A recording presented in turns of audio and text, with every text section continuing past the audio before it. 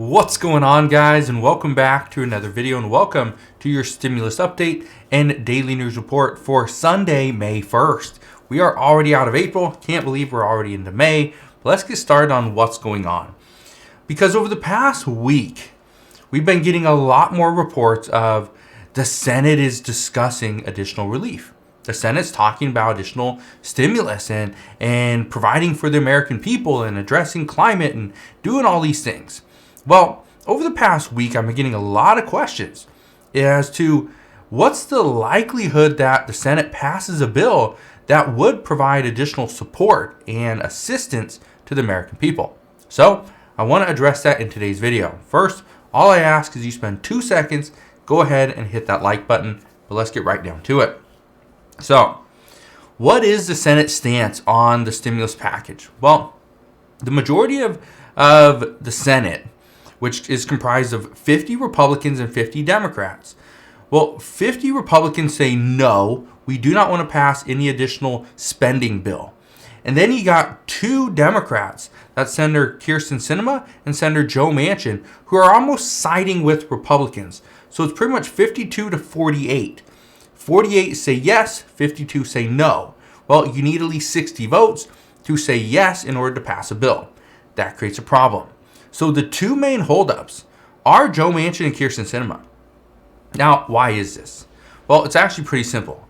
Senator Joe Manchin, he pretty much wants to tax large corporations and America's wealthiest individuals. He then wants to use 50% of that money for deficit reduction. He wants to use the other 50% for things like climate spending and potentially social packages if there's additional funding available. Well, okay, great. That's his stance. Then you got Senator Kyrsten Sinema.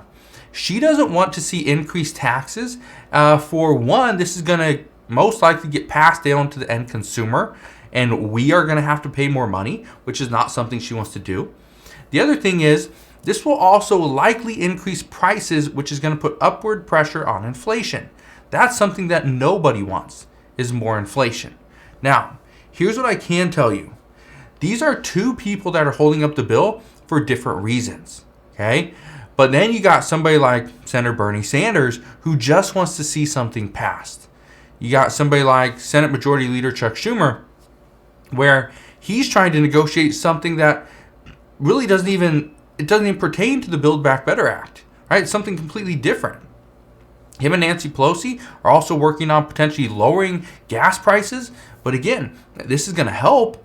This would help combat inflation, but at the same time, it's going to take too long, and it wouldn't provide that initial big impact that the Democratic Party is looking for, to especially moving into the midterm elections. So, if the Build Back Better Act passes, it's going to look completely different. It's not going to be the bill that we are currently looking at, currently seeing. It's not going to be that. Now, here's what I can tell you.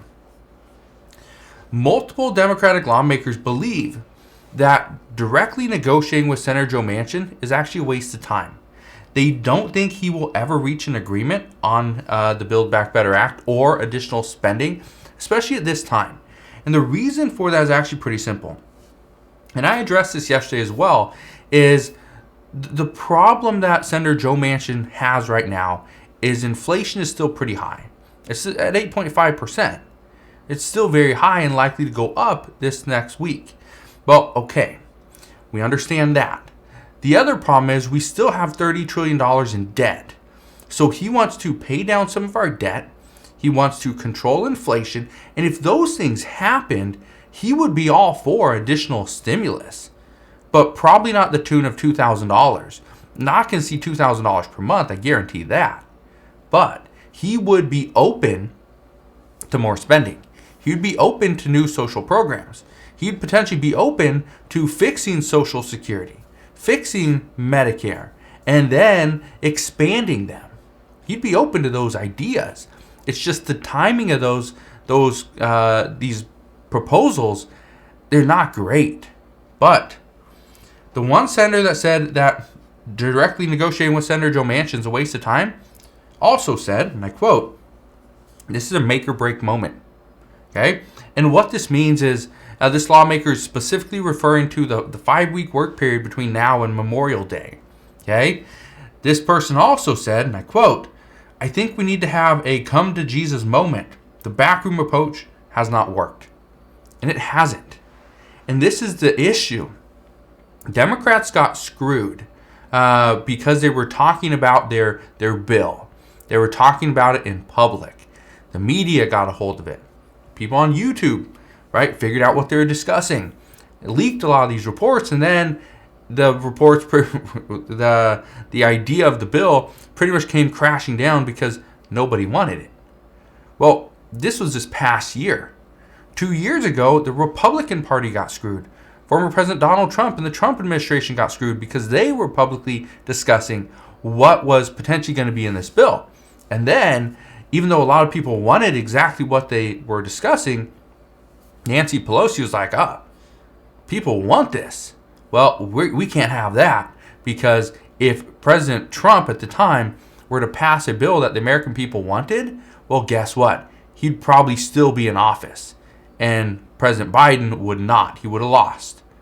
So that's what's currently being discussed is, okay, let's see what the American people want. Oh, it's something good? Okay. Should we pass it? No. We shouldn't pass it yet. We should wait until it gets closer to the midterm elections and then pass the bill, because that's going to look better for us. That's the politics that we're dealing with right now. Okay? So just keep that in mind. Is that this is the backroom approach that isn't working? It's going to work. It is going to work eventually, but it's probably going to just start to come about. My guess is in July or August, when we start to see more reports, the polls come in, and okay, who's winning, who isn't? Yeah, that's when we're going to see it. Now, Democratic lawmakers also believe that inflation is already coming down. I want to touch on this because if we see inflation come down, if we see our national deficit is not increasing, right, it's staying level or coming down, that's great. But right now, many people are saying that if inflation is already coming down, there's really no worry about runaway inflation anymore. However, on Friday, just 2 days ago, the Employment Cost Index, it came out and showed that we saw wages and benefits jump an additional 1.4% in Q1 of 2022. That is after a 1% jump in Q4 of 2021. Now, from this new report, many have new concerns that we could see persistent inflation throughout the rest of 2022 and leading into 2023. Now, what is persistent inflation? Persistent inflation is pretty much just inflation runs up and it stays. It's just constant, right? 8.5%, 8.5%, 8.7%, right? It just bounces around. That's what some are expecting. Now, if we continue to see inflation, the chances of seeing a bill pass is going to be extremely thin. This means no climate spending. This means no social spending programs, nor no affordable housing assistance. Definitely no direct payments, no child tax credit payments, no stimulus checks. It's not going to happen. There's no chance. And Senator Joe Manchin made it very clear just this past week that the Build Back Better Act would not be reworked. This isn't going to be something that they are going to discuss, because this bill, it wouldn't have to be reworked. It would have to be completely scrapped and started over 100% to even have a shot of passing. That's what's being discussed. So again, are we going to see a stimulus package? We could. But when I say stimulus, I'm not talking about a check. I'm talking about additional relief. Something that would stimulate the economy, at the same time would stimulate the American people's really bank accounts. Whether it provides a tax credit or rebate or an actual physical check, we don't know. But what I can tell you is the Senate is still discussing different options. But as far as these options are concerned, they may be discussing them, but as far as passing them, it probably won't happen until either the end of the year, as we get closer to the midterm elections, or the most likely outcome, not until 2023. So that's what we know at this time. As always, as I know more, I promise I'll come back on, share all latest news and updates again. Just want to thank you guys for watching. Have a wonderful rest of your day. Consider subscribing, and I'll see you guys on the next one.